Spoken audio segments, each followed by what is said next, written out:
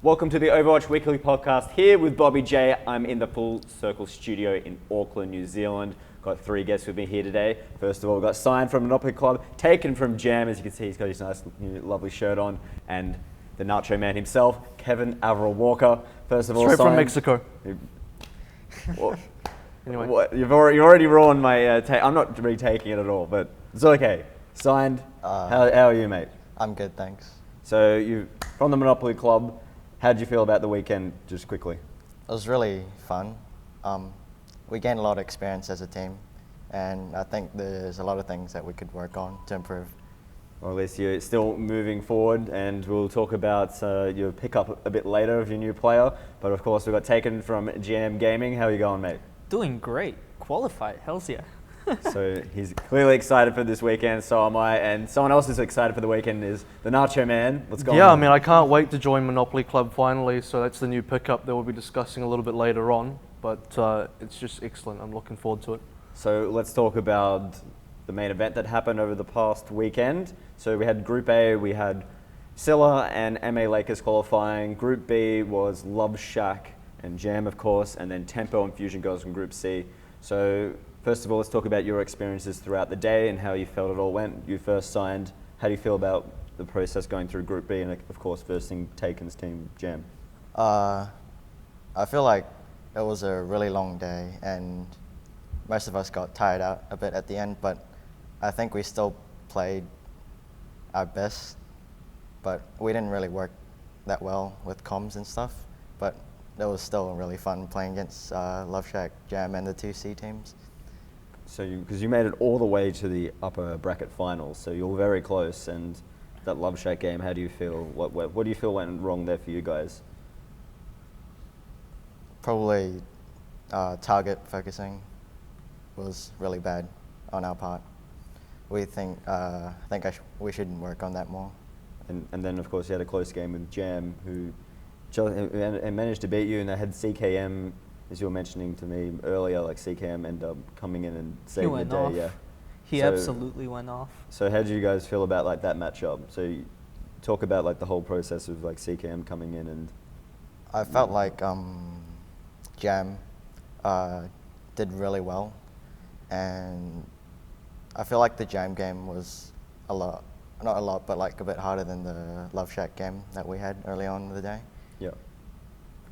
And of course, like your experience throughout the whole day, clearly you're happy you're qualified, but how do you feel about going up against the Monopoly Club and Love Shack and all the other games that you played earlier on that day? Well, let's start from the beginning. Our first game was against Default, and we had a 1-1 score with them in CG. We lost to them with our first game, and then we won our second game against them. This was best of one to them in CG. So we were a bit iffy going into the game, but we're still confident. And so that was a 2-0 for us. Unfortunately, Default also went down in the lower brackets as well and fell out of the tournament. I feel like they're a really strong team, especially since they won against us in the CG before. Our second game was against Love Shack, and they surprised us. They really did.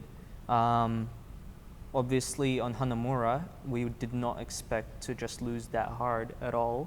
Yeah. Got destroyed on that, and of course, we're pretty demotivated going into the next game, and of course, lost to that. We actually were losing 2-0 to them, but then we came back 2-2. And of course, you can imagine losing the last game was pretty demotivating. Like, we felt pretty terrible. Yeah. Went down to the lowest brackets. We felt we were a bit shaken up, but got our mentality back, especially after winning our next game against 1000 Degree Knife. Yep. We felt pretty confident in that game, and yeah, that was a pretty good game for us to come back after the loss. Next, we went up against Unestablished Juniors, and that was our first game against the C teams. And that was the only C team that we got to play, and that was closer than it should have been. Thinking we threw that a bit, but I can't imagine what it would be playing them on an even ping. Yeah. I really can't imagine that. They would be really strong. especially Teo on a Tracer. He had to play Winston against us a few times because of the ping, probably. Yeah. In those situations, if he probably played Tracer with a really good ping, he would probably be going off really hard. But yes, we won that game 2-1.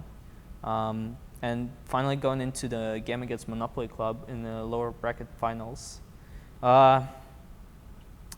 We had some good games before, so we got our mentality back together. So we had our comms back really well. We were really confident going in. It was really close. really, really close. And you're casting that as well, AVRL. So that was one of your casts. So how do you feel about that last game between Monopoly Club and Jam? Yeah, sorry, son. I'm really apologise that this guy had to really ruin your day for you and your team. So sorry. It's fine. It's cool though. You stayed alive. Some other teams didn't quite make it, which ended up working out quite good for you. Hey. But yeah, very tight game. Look, ahead, me sweating, and not just because it was really hot here. You know, also because a bit of a spice in the nachos going on. But there. It was a great game to sort of cap the evening off and cap the sort of group stage main event off. So fantastic to watch. Great for this guy, not so good for Sign, but that's fine. You know, it's great experiences all around. Well, we got Group A as well. So in Group A, we had a team that we all predicted. Every single caster going into this predicted Masterminds to qualify. So that's probably like one of the biggest story of Group A, I feel, with MA Lakers getting in, and of course Scylla. Everyone predicted Scylla to make it through, but what do you think went wrong for Masterminds? You first signed. Did you watch Group A? I actually didn't watch Group A, but all I saw was the Apudo hook onto Diggs. I think that was a really good That's hook. all he needed to see. Yeah. But yeah, Masterminds are done. Turn that off. It's really just 3 words. Apudo went off, absolutely. On the hog, he was getting so many picks. Basically, every fight was 5v6 or 4v6 even for Masterminds. They lost Hollywood's second point, like just completely lost it. Didn't even fight a single point. They just, Apudo just went off, absolutely. Well, we've got some clip. Oh, sorry there, mate. Well, I was going to say we've got some clips of that as well. So I don't know if you guys have seen some of that upstairs in the control room, but we'll show everyone here today. We've got the top 5 players, and that's going to be starting off with Scylla and Masterminds on Eichenwald. Enjoy.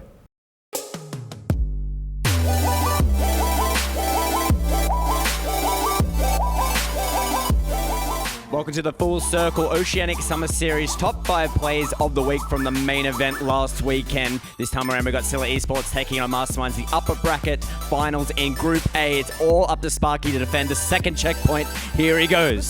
Scylla used oh, they're actually committing into this fight right now. Charging in comes Sparky. He takes down Bangs. See you later, mate. And now this could be huge for Scylla if they manage to hold this one down here. Kills coming up all in the way of Scylla, actually. Look at this. Sparky's going for absolute gold on the payload right now. He is just swinging left and right. Bin drops here as well. He's probably going to find Aaron. He finds Jordan. The Earthshatter comes through there as well. Picks up the last one from Masterminds, and Scylla do it. They hold it for 4.2. Up next, we've got Phantom on the Zarya, where he needs to hold the checkpoint for MA Lakers to qualify in the Group A lower brackets. But Masterminds, they've made it deadlock 3-3, so they're ready to push back onto the checkpoint. Can Phantom do it and turn it back around? There's a Tracer inside. Mercy. That's a Tracer on me. coming again. 20 HP. It's on the Get three. I'm dead. It's on the Phantom. I'm doing it, boys. I'm doing it. I'm coming. Good Tracer stuff. I thought he had Phantom, and Phantom just barely got the retreat. I'm coming back, I'm coming down the full set. Phantom gets Jordan. I'm still here. I'm just along with Bangs. They might be able I've grabbed. to I'm really try close to to get it grab. up, but there's so few of them. It's ticking up so slowly. And Okay, Puda gets ready, back go. into the fight now. Who else is going to be able to regroup and get into this one? They're They're coming in. They're trying to make it happen. And Aaron, this time he may just get a res as long as he doesn't go down. But he's not going to get. He has to live, but he goes down. That is bad news. And MA Lakers are indeed looking to hold here. Apudo still alive on this one, and Jordan, short of a miracle, cannot make it happen. No, he will not. And it is a first point hold. And now the ball is in the Lakers' end of the court. This could be it. problem though with Tempo Storm, they switched off characters to save the cart, and now they've lost some ult charge. So this could be critical, but it's 8 seconds to go. I don't know if anyone's going to be close enough because they need a race there to get quick. If they're quick enough, Hulu's the first one to touch it. Molotov does take out Yuki, so it's 5 on 5 right now. Mosh charges back, but he goes too far. He's taken out by Hulu. Yes, he's got the Dragon Blade. There's a Graviton Surge from Hulu as well. He picked up a double kill. This could be Yes Man. They can take out Soundwaves and Reps. The wall comes up to split people off, but they don't get to the cart. And that's going to be Yes Man taking the win. Yes Men take down Tempo Storm. That's absolutely huge here. Ultimate's there. This is actually very good for Tempo Storm right now. They've baited out on Ultimate and Fusion Girls got nothing for it. So now they can sit on the payload and Fusion Girls actually do have to be a bit more defensive. And Mosh has been the big player. There comes that. He gets refs. And it takes refs down as well. They've already got that player advantage there. 2 kills now in favor of each of these teams. Good Earth Shatter coming through there. True going to be dropping now as well. And this is going to be Tempo Storm's moment to move in. And they are making good movement here on the payload. But look at that. It's going to be the nano boosted. Oh my goodness. Zenyatta's going for gold. Transcendence coming through as well. The 2 supports holding this one down. Look at the strength of Fusion Girls here. And then we're going to see the Graviton Surge come out. It's going to keep Monopoly Club locked in. Hi, is that Hey Katie? Well, if Frogger can get 2 kills with a whole hog, Hey Katie can get 4.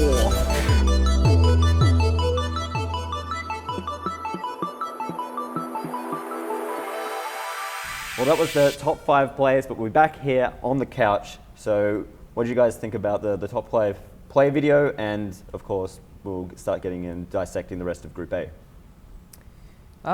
There was an IGO play during the tournament that unfortunately the casters didn't see. That was an insane play. But other than that, I feel like these plays were all really good. And then, AVRL, any moments out of there that you could talk about? Look, the Sparky charge on Iconwall is pretty funny. Got a good chuckle out of me for that one. I'm sort of sad we didn't get to see Signs McCree on Route 66. Was pretty impressive. Yeah. Might have to look out for that in a different sort of clip, but other than that, good plays. And then another play that was RQT and Gumba full holding against Tempo Storm, which I don't know, just blew my mind, and everyone else didn't realize what they were seeing with the nano boosted Zenyatta just going ham. So did you catch that game, Sign? Yeah, I actually watched the entire thing. What did you think? I thought it was really funny how they would attempt to do something like that, but they somehow survived for a really long time. Their team came in and just retook the cart, and they just held Tempo Storm. And you've got any thoughts on Group C as well, Taken? I didn't see that particular game because we were in our game, but I heard about it, and I didn't believe it at first until I saw it upstairs just now. And just looking at it, that was insane. They absolutely went off. What about Tempo's performance, like AVRL? How do you feel about them coming in second?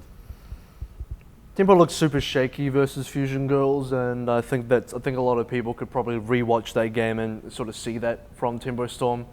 Fusion Girls obviously came in looking pretty confident in that game overall. You actually saw Tempo Storm bounce back later on in the day and later on in the groups anyway, which is exactly what I'm talking about when I'm saying a big part of being able to perform in the game is the confidence in knowing that, look, you can beat the other team, or you strongly believe that you actually have a chance to beat this other team. For Fusion Girls, you know, RQT and Gumba, they're just basically playing WoW on that point there, waiting for the cooldowns to come off on the Priest res, get their teammates back on there, finish the raid boss, whatever it was. Straight back to Legion on that one, I think. Before we move on to anything else, let's talk about teams that didn't qualify. There's anyone else that you felt like just missed? So sorry, dude. Look, you guys have made an amazing effort as well. Is there any teams that you thought could have made it to the top 6? If they were maybe in a different group, if the seedings worked out differently? There is a really obvious one in Masterminds. Yeah. I just really hope that they're coping well right now. They aren't scrimming this week, and hopefully next week they will come back even stronger because there's more events coming. Yeah. And they should just look forward for those tournaments. I really hope they come back even stronger. So exactly what you guys have done. You're already back playing again. You were playing last night, yeah? Yeah, so we're trying to scrim every night and play all the possible tournaments that we can find. And you've got the new addition to your roster. Do you want to tell everyone about your new player? So we're trialing Kura right now, and he's really good, I think. Well, he's a former World Cup player, so that's a lot of experience coming into your team. So making the shift from 1018 to a Monopoly club, so he would definitely be looking forward to playing with you guys. Yeah. Yeah, he has a really good hero pool, a large hero pool for support as well. Something that a lot of Ana players that pretty much just one trick Ana.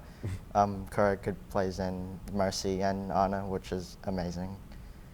Yeah, I'm keen to see more of you guys in the future, but now let's talk about the grand final coming up this weekend. It's going to be exciting. So we've got 6 teams that made it through, of course, that we've already mentioned, and let's start getting predictions through. Everyone's going to be playing each other in a best of 3, a round robin. Predictions, let's rank them 1 to 6. Do you want to go first, Avril? Fusion Girls 6th. And first is going to be, I think a lot of people will go for Scylla, but it's a tough one. I think Tempo Storm with Yuki could really shape up well as well, particularly with a good week of scrims. I think first is going to be between Scylla, Tempo, and Jam. There's a real big toss-up in there. All of those teams can really take a game off each other, take a map off each other. Yep. Then you got MA Lakers sort of. I think Love Shack will probably be coming on top of MA. In fact, Love Shack could potentially steal one of those top 3 spots again. MA Lakers likely to get 5th, and unfortunately Fusion Girls just going to take last place. Well, he thinks his Fusion Girl is going to go last place, so hopefully he still has his analyst job after that prediction. I just can't see them doing very well at all. It's really tough, they're just underperforming, and Doctor's clearly not pulling his weight either, so that's not going on well. In the bin for Fusion Girls, unfortunately. Yeah, I completely agree with him, actually. Fusion Girls have been really on the downfall recently, and I just don't see them even making a wasted 5th. invite, to be honest. They should have, I don't know. Should have thought about that one a bit harder. Oh well. So do you think that? So you all think they're just going to go 0-5? 0-5. Maybe. If they could go more than 0-5, I'm sure they would. But I think the cap is 0-5, so that's just going to be it. But if you could lose harder, there's a potential they would. But whatever. Well, since they're idiots, and you can give us some honest predictions. How would you rank them? I think Fusion Girls would come higher than 6th. That's a very safe bet. Like 6.1, right? That's higher than 6th. So I'd probably rank Fusion Girls 1, Scylla 2, Tempo or Jam in 3, and the last 3 spots is pretty even, I think, in my opinion. You guys agree? Yep. I still think Love Shack is that team that's going to be very interesting to watch. Particularly, they and Tak4n knows this firsthand, but man, they really showed up on Sunday, didn't they? Yeah. I think all the games. But they did quite well. They did quite well, obviously. And you guys gonna beat them this time, or? Is that even a question? No, I think since the score will be decided by maps, not necessarily who wins more maps, but just generally, even if you take one map, that's an extra point for you. And it will really come down to what maps people play. For example, I'm sure we can beat Fusion Girls on several maps. However, what Fusion Girls do is they review, and they do a lot of it. And if they can pick out which teams are good on which maps, I feel like they're guaranteed first spot, honestly. Well, it's like everyone's gunning for Fusion Girls' head we right can now. beat them. They got the target. Like I said, there's maps that we can beat them on. Well, didn't Candace throw out a tweet the other day? Candace's going to beat everybody. So I agree with Candace. So what happens if he loses and then everyone starts retweeting that? So he's going to have to cop. I guess it's free. That's on him. That's free social. What do you call it? It's a win-win. I think the analytics will be through the roof for his tweets. So free coverage for him, free shares. I want to see Monopoly. I want to see Monopoly Club beat Fusion Girls. Especially with Kuro on your side now. You got it. You got the World Cup player on there. When's the last time you've done Fusion Girls? I don't think we've ever versed them. Never versed them? No. Not even like in a cyber game or we've versed the old Jam. Oh, okay. About like 10 weeks ago or something like that. Different like that. And how did that? What was it like beating Scylla in a weekly tournament, by the way? I think it was the one where we were playing at 2 a.m. New Zealand time. And I mean, me being the only New Zealander on our team, and them having 3 New Zealanders. No, they I had think. two New Zealanders. Yeah, we're all a bit worn out, so it could have gone either way, to be honest. Do you think someone like Scylla could, because a lot of you guys are rating them second, do you think they could get the win over Fusion Girls? Maps. Depends on what maps. Depends whose side Doctor wants to take, really, you know. I mean, it's He's just... working over there. It's just... I don't know, man. It's like... realistically, though, Scylla, they have the potential to... I think all of the sort of upper tier teams, we're talking Scylla, even Tempo, even after that performance from Tempo, like I said, wasn't their best day. They sort of played like they weren't really that interested. But a Tempo playing to its potential, now with Yuki as well, playing to its potential after fully gelling again, a Jam playing to the potential, and a Scylla playing to potential. Can they beat Fusion Girls? That's a big question. It's a big ask. That it's probably unlikely. But the fact that, you know, saying unlikely means that there is a chance to. And like Tak4n said, I think Fusion Girls keep a really good record of their preferred maps against certain teams. And if somehow, I don't know how, but if somehow the teams going up against Scylla manage to get their best maps, I think they'd be quite, you know, it would be definitely a contest for sure. Well, this is a stat that I pulled from, I guess, from the top of my head, that Fusion Girls have never lost in a double elim bracket from like my memory. The last time that they've never been eliminated. Last time that they lost was to Love Shack on the 4th of December, and that was an ESL one-day competition. And they came back and they won in the finals when you had to do 2 best-of-5s. So this time around, it's single elim. When the top 4 teams advance, it's just single elimination best-of-5 games. You know, they've lost in a bracket before, not for quite some time, not in 2017, but you know, that's that possibility. You're not going to have that chance to come back. Well, that's not really a fair comparison, I feel. I don't know to how many Korean teams they lost in best-of-3s and best-of-5s, but they haven't really been playing Australian teams since December either, so you can't really say they haven't lost to anyone, so they're clearly the best by far. I still agree that they're really good, and they're probably the best in the region right now. But using that as a particular example, as a comparison, I don't feel like that's a very fair. I was saying that they've lost in a bracket before, so they can lose again. But they've came back from because it's double elim. But this time around, it's not going to be double elim. So they've been in this position where they have lost in like a best-of-5 before. So they don't have that opportunity. So let's bank on Love. So let's bank on Love Shack beating them again, and this time knocking them out permanently. So you can do it, Smash. I believe in you. Well, the big man believes in him. But let's talk about the actual studio here. So you're the first 2 players that actually get to check this studio out. So it's been a pretty big upgrade from what we've had in the scene so far, where we've come to now with this 10K tournament from Full Circle. Definitely. So let's start with you, Cyan. How do you feel about the tournament as a whole and the difference between this and then the previous competitions we've had in the past? I think this is a real big step up from before. It really opens up the OCE scene a lot with a huge prize pool, and yeah, that's pretty much it. What about you? Like, what do you think of like the studio production and all the casters from AU and NZ coming together in the actual control room that everyone can put like a quality stream on? We played in the last Heroes League as well as Blame Coin Flip. That's you guys. Before we even joined Skyfire, and that was such a tiny tournament in comparison to what it is now. It's crazy the amount of setup and the amount of work you guys put into this. This is absolutely insane, is all I can say. No, we don't have ZeNox Genome with us, but I got to sit down with them for a little bit on the Monday before they left. So we'll throw that clip on for you guys, and then we'll come right back. So guys, we've finally done our first weekend worth of cast. It was the main event here at Full Circle's Summer Series. How do you guys feel about the experience so far?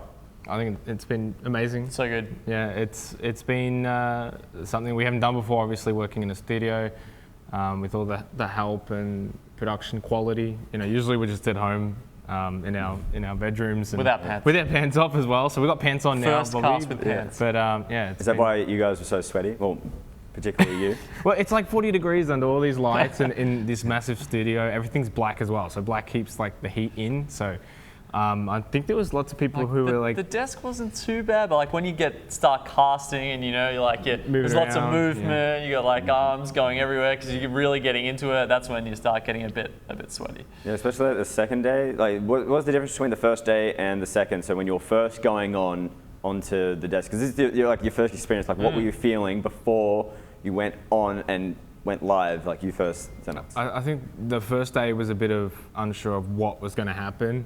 Not like it's easy to go over all the prep work and watching others, but when you've got to do it, where do you stand, sit, where do you look, all those sorts of things. So you wanted to sort of do it so you can get an understanding. So the first day was about getting that done, and then the second day was just making sure it was just perfect, and the casting just happened. Yeah, so like we had some rehearsals at the start, which is good because as we said, so we have never done this before, right?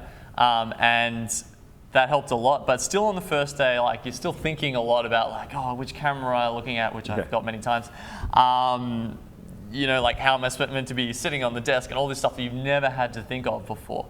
So then at least by the second day, it was like a bit of that stuff was sort of like, okay, you've just got that like locked away now, that's just kind of standard, and then you can think more about like what you're actually saying and casting and all that sort of stuff. Like hopefully by the next week, it's all just, automated and you can just completely be ourselves. So when you came into the second day, before you went on then, what was the difference?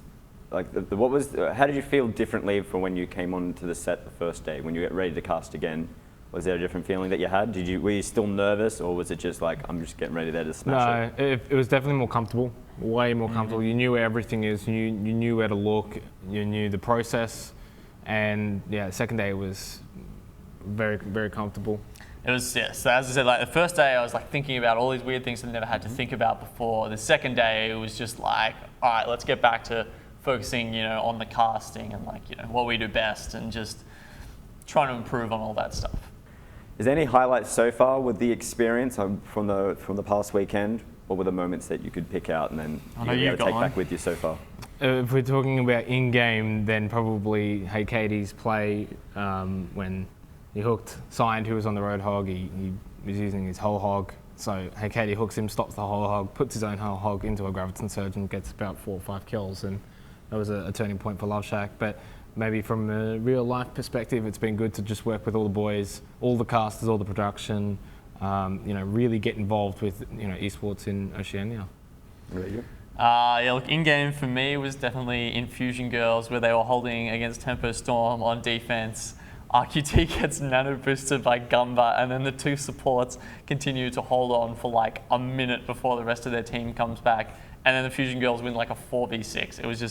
It was silly, but yeah, I think in real life, as ZeNox said, it's been awesome meeting everybody. That's one of the things you don't get to do enough in esports, I guess. At least we haven't yet. It's just meeting people in person because it's so different. It's so different to meeting people, just talking to people on the internet. I mean, we all know what memers people can be and trolls and stuff like in Discord, but in person, yeah, it's just, you get such a better sense of who people are, and you can really make a much better connection. So. Speaking of like being in person with people, we're used to, us 3 were all from Melbourne, so we've seen each other a bunch of times, but when we were doing cast online, we'd usually have like an imaginary desk. Or was it like this time, having an actual desk to throw back to and like have discussions with? It was obviously a little bit different. We didn't have that imaginary desk, as you mentioned. And whilst we weren't all on the desk at the same time or anything like that, it was still nice to have an actual desk that you could say, we're going to the desk or from the desk, or, thank you to whoever was hosting the desk who threw to you. So it definitely made it feel like a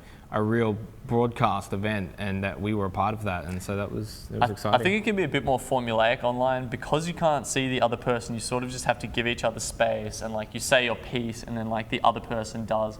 Whereas when you're in person, like you can actually look them in the eye. And there's so many, like you can just signal to them that, you know, like, oh, I've got something to say, and you can actually just riff off each other like a lot better.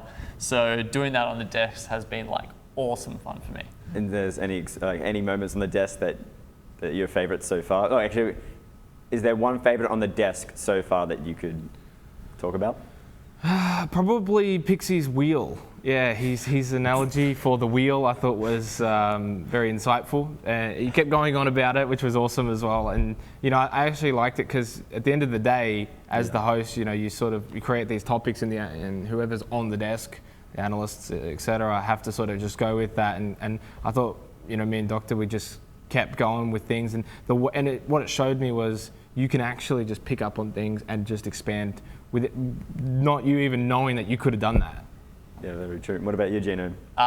Yeah, like everyone's got a different personality, right? So I really had fun being on the desk with AVRL, going back and forth with him about some analysis stuff was really good fun. And when I was on the desk with you and Easy, like that was, you know, it was just like banter everywhere. That was awesome fun. I think we all just came off that smiling, and I think the viewers probably enjoyed that a lot. Because once you get stuck in, I felt like once you get stuck in that moment, you kind of forget about everything else, and you're just talking to the two people there. Like you still look back at the camera. Like that's like the one habit you need to make sure you keep doing. But I don't know, especially that desk with Easy and you. That's when I just felt like I was just talking to you on Discord almost, and you just forget about everything else, and you're just having fun. But in terms of like you guys being as a duo, what have you done to prepare for this and the week leading up to this event?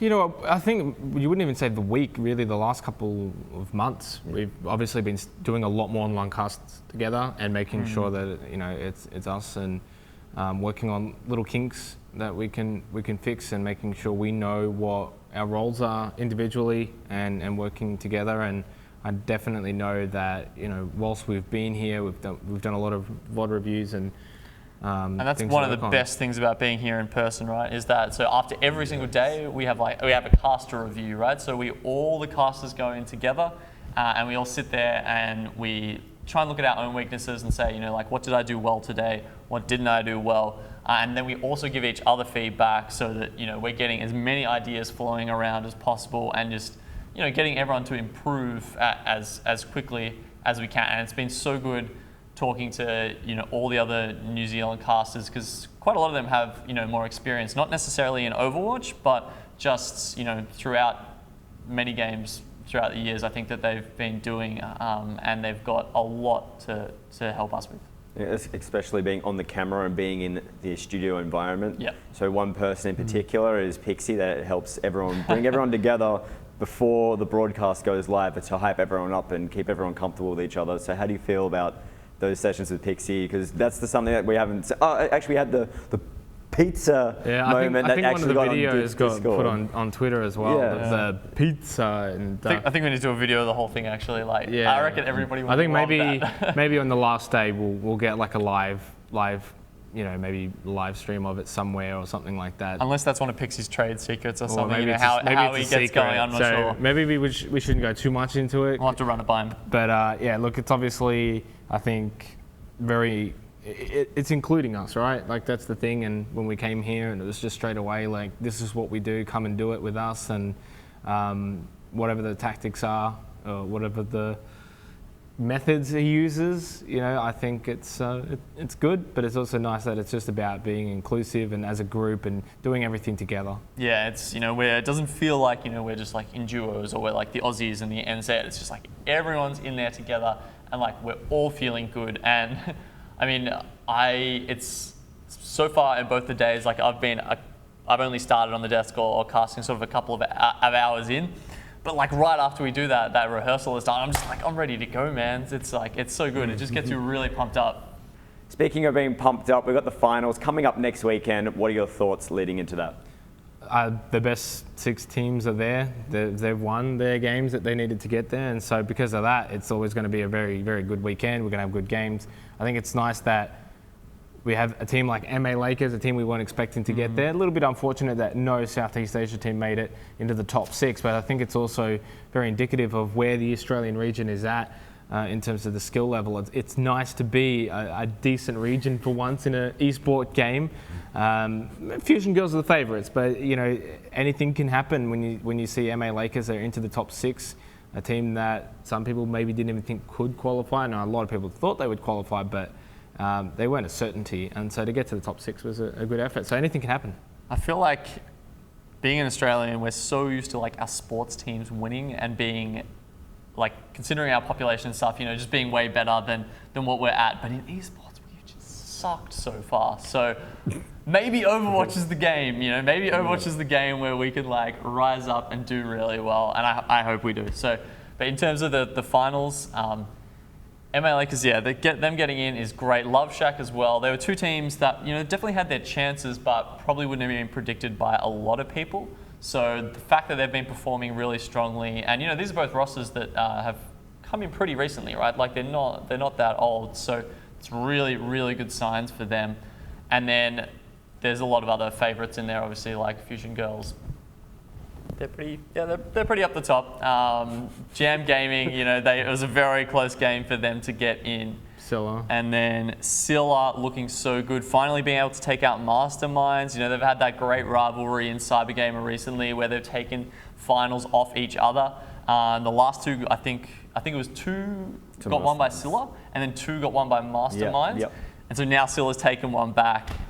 So that was an awesome match to watch. I was really pumped for that when they got to the winners bracket final. Who else am I missing? Tempo Storm. Tempo Storm. One and only. Yeah, look, it's Tempo Storm. I think, you know, obviously Yuki coming back in was a big surprise for everybody. You know, we thought he was going to NA. He made a tweet about that, but then all of a sudden he's getting transferred back into the SummerSeries roster, and we saw him do a good job, but obviously they haven't had pretty much any time to practice with him, and I think that's probably going to show in the finals against these other really high tier teams, because you've got to remember in these groups, you know, there was 8 people and 8 teams in a group, but now they're going against the best from each group, and the level of competition is going up another notch. And honestly, with such a new roster, I'm not sure Tempo Storm are going to be able to cut it. Now quickly, final thoughts in the week leading up to the last event of the Oceanic Summer Series. What are you going to do to prepare? Go over the VOD reviews again and again, especially, you know, the 2 that we did in the main event. So we'll definitely be just watching that. A lot of preparation work and looking a lot of the 6 teams that have gotten through, with all of the players that we can look at and know a bit more information about.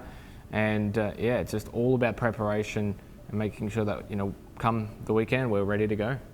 Yeah, man, we're in it together, right? That's yeah, we've got to do definitely more VOD review, and hopefully just be talking to you guys while you're over here and just making sure that we're just as polished as we can possibly be and just in the right space. Just have a good time next weekend and hopefully put on a good show for everyone. Just be entertaining, you know, just yeah, that's what I'm looking forward to. I'm looking forward to being with you guys again next weekend. So until then, take care, boys.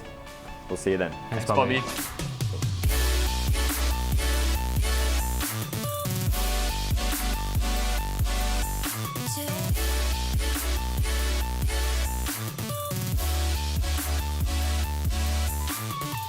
So that was ZeNox Genome. They gave us their thoughts on the studio and their experience here. But you, AVRL, you've been with a full circle back then as well, Heroes League, under their banner for quite some time. How do you feel about your whole experience so far?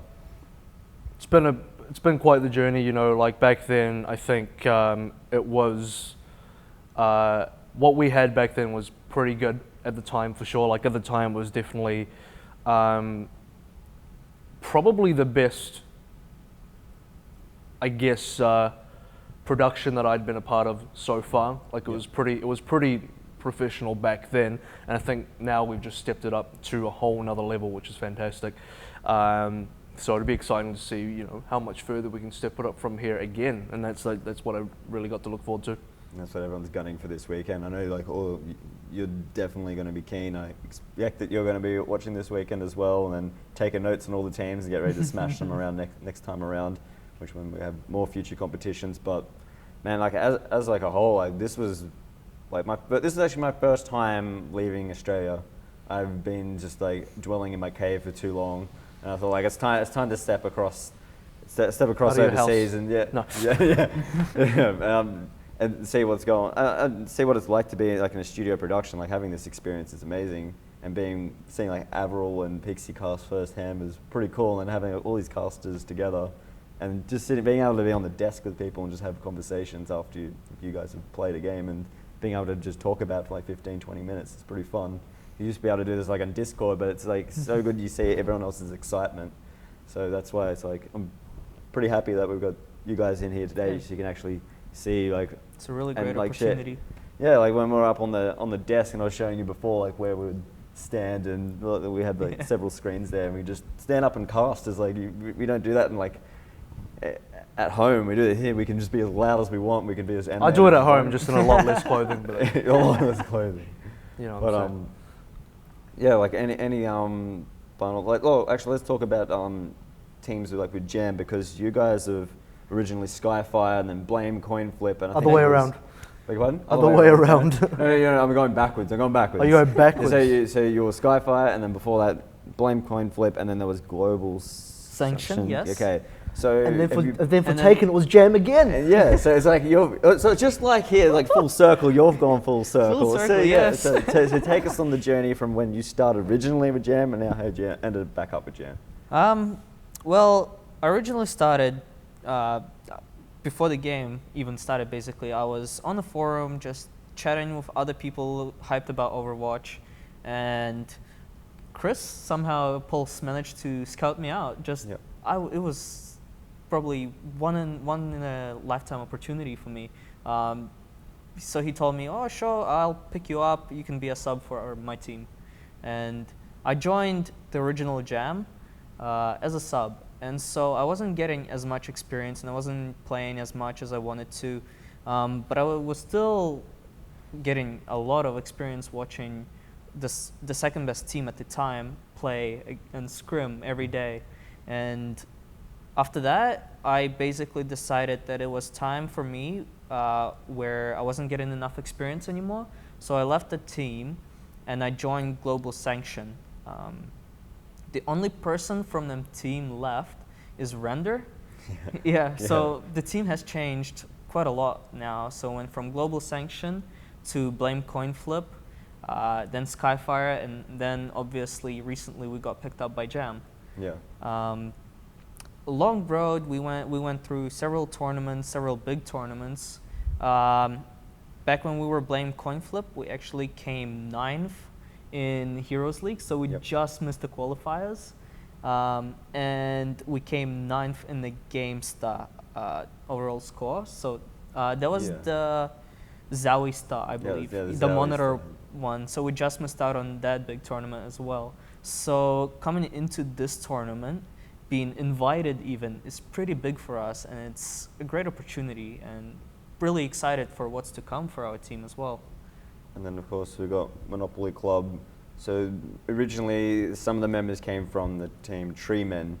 So that was quite a while ago. I remember seeing you guys play in weekly tournaments and like just seeing where that iteration of the team is now. I know like some of the players don't like me say like talk about Tree Men and where it's come to now. They go, we're not Tree Men anymore, we're Monopoly Club. But how far? When did you join the team? When was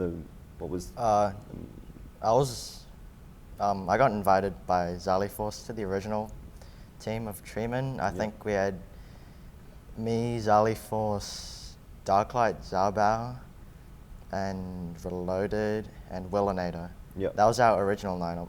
And we just pretty much changed our lineup every week, and it was kind of like messing around with my head a bit.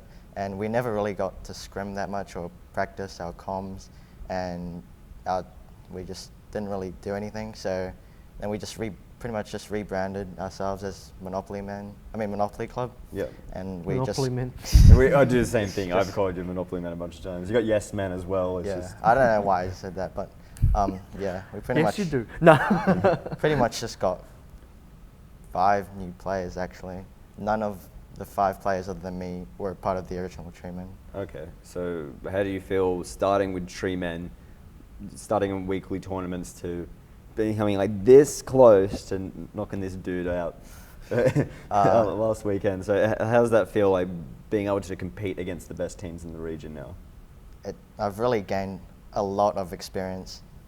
I'm pretty sure I was like just a lonely diamond, and then now I'm just playing with some of the best people in OC, like Tak4n and other teams, you know, and to just be up there is just really fun and exciting.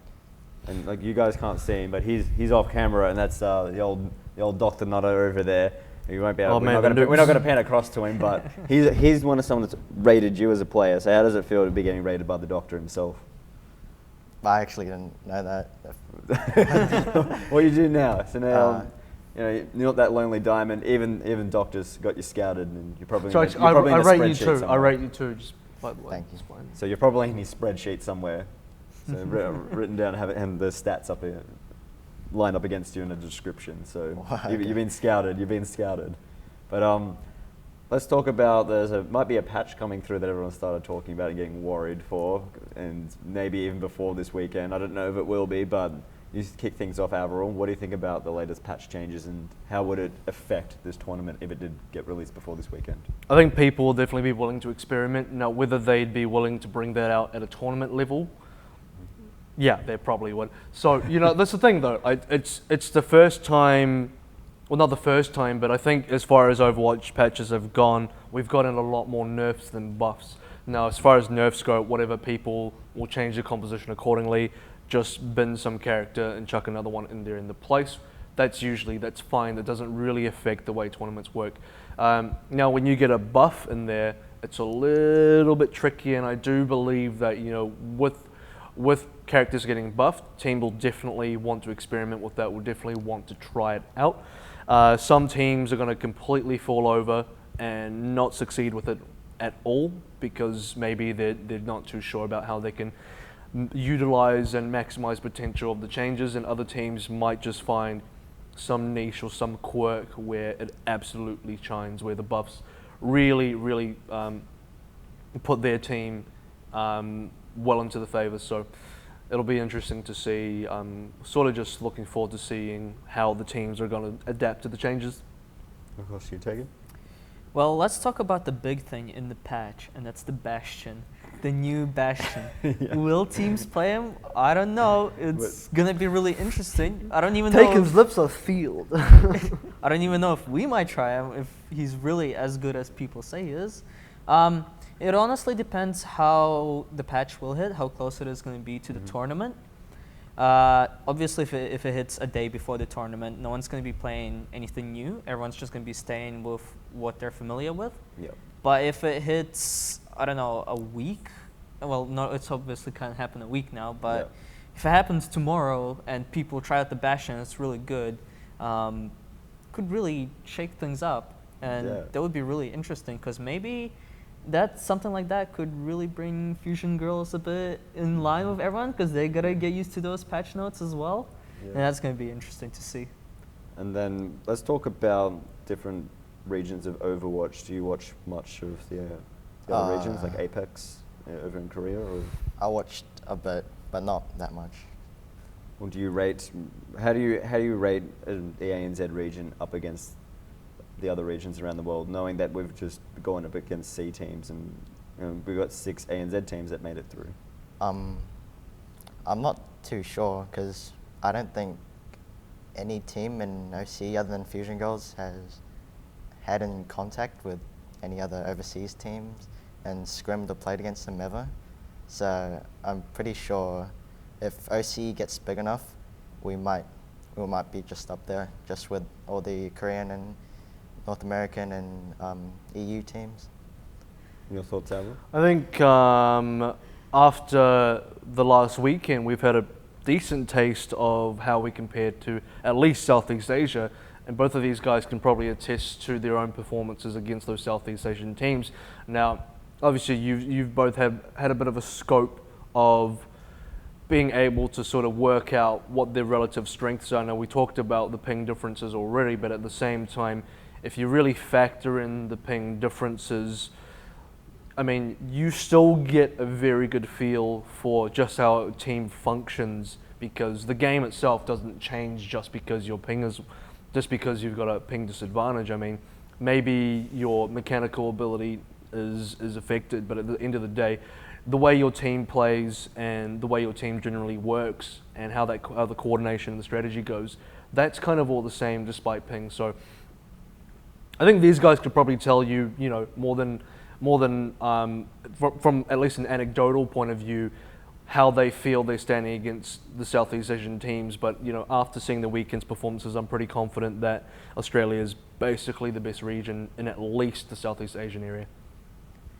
I think since Fusion Girls have been doing so well against those teams with the ping disadvantage, I feel like we know that the best in Australia should be better than C and APAC right now. Yep. And RQT actually gave a bunch of good reasons to why, and that's because they don't kick a bunch of players to bring in even better players to form like really stronger teams. Yep. Obviously, if they start doing that, maybe it'll change completely and C will become a lot better than Australia. Whereas what happened... You're encouraging the snaking. You're encouraging the snaking of another region. Yeah, I don't know. They're going to go through the process. I don't know. As in what happened this weekend, it was still a very good showcase to how close their two regions are. And I think the best teams in C and APAC are probably in the top 5, in the top 6, similar to Australia right now. And that's pretty good to see that, because it means more competition for us. What are some of the best teams in the world that you rate? Because some people say MVS, some people say Lunatic High. We've had like in the this world. discussion. Yeah, we've had this discussion. Doctor says Fusion Girls, but who knows, man? Like, it's just hard. It's really hard to say who's the best in the world. Immortals have been doing pretty well as well recently. Yep. NVS are obviously #1 on Gosu Gamers right now. Lunatic High are probably best in the world macro-wise. So you can imagine there's a lot of teams that are up there, so it's really hard to say which is the best. Honestly, if I would to say my personal favorite team, the best team that I think is up there, I would say NVS right now. Just because they've been around for so long and they had such good performances. So one thing I've always thought about is the World Cup coming around this year. A lot of these teams won't be able to verse each other because of the combine. That's going to split up everyone. How do you guys feel about, especially as players, the combine situation of potentially getting split off from your teams if you get picked up into an Australian side and then go play overseas? Well, New Zealand. I'm saying Australia or in New Zealand, but forgive me.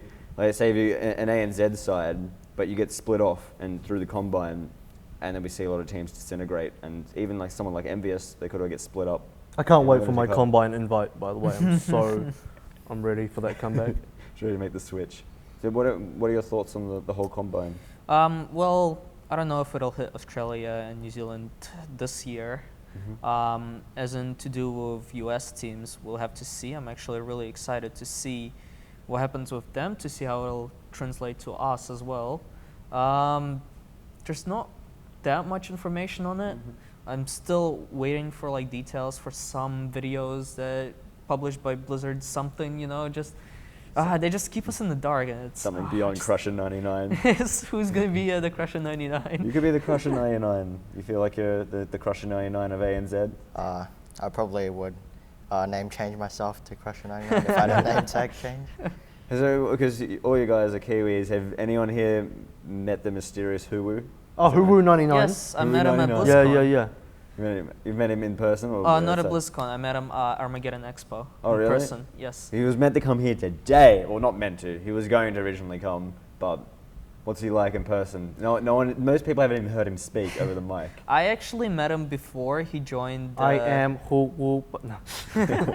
I actually met him before he joined the scene, so he was still very unknown during the time when Armageddon happened, and when I saw him, he was mostly playing McCree, so obviously my first thought was he's a McCree one-trick. And he just completely proved me wrong. He started playing Zarya, started dominating, and he's Grandmaster now, top 500. I think he's top 50 right now on in ranked.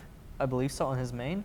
So yeah, he completely proved me wrong on that. So also really happy to have him as my friend. He actually helped me to get to master. What a beast. I like to have him as my friend. I think he's I think all like jokes about him being like a perfectly programmed Overwatch player, jokes aside, whatever. Zaya bot. He's a pretty cool guy in person, slightly reserved, but you know, it's kind of, you get a good feel for his personality. I feel like maybe I bring him out a little bit. I've sort of met him twice now, once at Armageddon, once at another event at a LAN.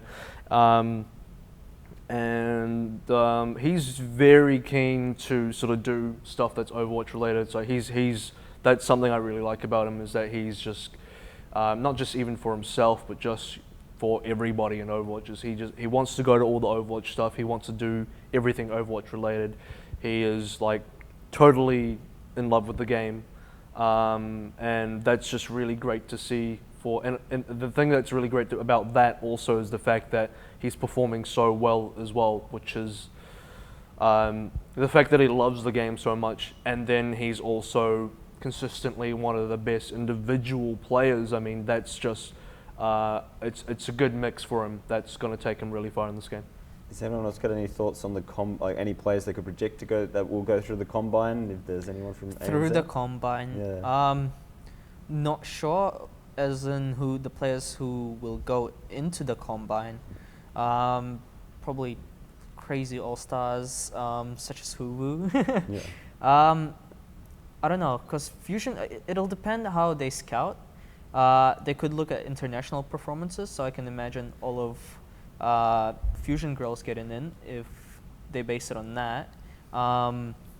Obviously, players like Ader and crazy DPSs like CKM, I feel like they will get in. And then super flexible players as well, like Huss and Trill. I feel like those players are just really good, and I feel like they will have a good chance of getting in the combine. You could see like someone like Hey Katie as well.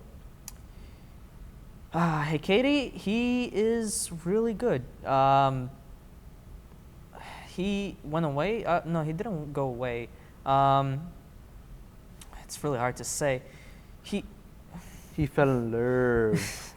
It's really hard to say. Yeah, I would say I would say he'd have a good chance of getting in, considering his Widowmaker is probably one of the best, and his Hog is insane. His Pharah is also really strong. Yep. And if he woke up in time, Igo, would he potentially be someone that could go through the combine? Because he's very, like, he's 15, 16, and he's playing. Yeah, it depends what age they also. I don't know if RIP if combine has age limit. If there's an age by the limit. Way. Yeah, it's really hard to say anything on like individual players if I pick them out one by one. Those type of players like Hey Katie, Igo, they have really flashy plays. If their performances, like in tournaments, match that, I feel like yes, they can get in the combine. And you've got quite a young team yourself, so does any of you guys think, because half your team's in high school, I believe, yeah? I'm not sure about the other guys in my team, but I think of this game as just a hobby. But if we get really high, if we get really good and we work well as a team, I think it could potentially be a career path for all of us. Well, I'm lost on this question. What about you, AVRL? Do you want to say... I'd love to be in the comp. No. What was the question, sorry? I was going to say, as an analyst, what other players would you like to see move on forward? Or I like to see everybody move on forward. Everyone? No, but it's hard to talk about the Overwatch League because, again, we know so little about it, but what the speculation is really... honestly, I think it's going to come down to the way team ownership works. So it's not, there's going to be some sort of combine where you're just going to get like this massive pool of players where people just sort of get plucked out from, but at the same time, I wouldn't put it past entire teams just being picked up in one fell swoop by some team owner that's got a spot in the combine, right? Yep. That's like a very likely scenario. That's probably like a best case scenario for both parties, really. I mean, as a team owner, you want to just buy a whole team. You don't want to make, if you know what you're doing, maybe you want to make your own team, but realistically, if there's a good team out there, just pick up the whole team. It makes the most sense. So that's kind of how I see it going forward. I also am really unsure about age-wise. I see it being an 18-plus thing personally, mainly just because we don't want to incentivize kids dropping out of high school just yet, sorry. But it's kind of like you want, and there's a lot of the whole parental consent thing. You kind of just want to dodge that as well. It just seems like, if we're talking about career path and we're talking potentially people moving locations like physically to play in a certain city, maybe not even in your own country, a lot of questions there. You just don't really want to be dealing with people too young in those sort of scenarios. So I see it as being like a definite 18 or even slightly older plus kind of thing. And also, if you're a team owner or you're just part of a team anyway, you're more looking for people that are going to be able to handle themselves living outside of home. Some people, maybe a bit of life experience probably helps if you're going to live outside of home. So who do I want to see in there? All the people currently playing in teams, it would be great to just kind of see everybody in there. Obviously, that's not going to happen. So I don't know, the people that are going to work the hardest to really put themselves out there and to get spotted and noticed, and also just to be a part of the best teams and have the best results, are definitely going to be the ones that are going to end up being picked up. I think eventually Australia is going to hopefully be big enough that it's got its own league going on with New Zealand as well, and you've got enough competition there with enough financial interest and good players that you've got a whole, we have our whole league to ourselves essentially in that sort of sense. Well, speaking of competitions in Australia and New Zealand, we've got full circles finals weekend coming up. Let's get our final thoughts on that and begin to wrap things up. So any final thoughts about the scene in general, or any shout-outs you want to do, and the final thoughts on the weekend? Yeah, to be honest, like any team can upset any other team. It just really depends on who's playing well that day, and if the comms go through, and yeah, just frag out, I guess. Let's frag out. Any shout-outs to your team? Shout out to everyone in my team. They're all really good people, and I hope we do better in the future. I'm sure you will. You're a bunch of young lads, and the sky's the limit for you guys, so I wish you all the best, and of course you, Tak4n. Hoping to get into the top 4 and win the tournament. I feel like we got it. Yeah, you got this? So you're going to back up Candace's tweet? Hells yeah. He's got this, so Yeah. it's on camera, he's calling it out now. But shout outs or anything else? Any final? Anything else? Yep. Shout out to my team. Shout out to Chris for being very supportive of the team and of me especially. Shout out to Plantronics because they sponsored us as well. They sponsored Jam. So big shout. So yes, those shout outs. Yeah, and it's bring your kid to work day at Full Circle Esports today. So I want to give a shout out to Full Circle Esports for allowing me to bring my son signed into the studio so that we can. And when you're old enough, I'll let you play in the league, son. You got my backing on that one. So great. Everything's looking fantastic for the Oceanic SummerSeries going into finals day. A lot of tense competition there, and honestly, I can't wait to cast all the games, and I'm sure I'll be right there next year doing that. So, got a lot to look forward to.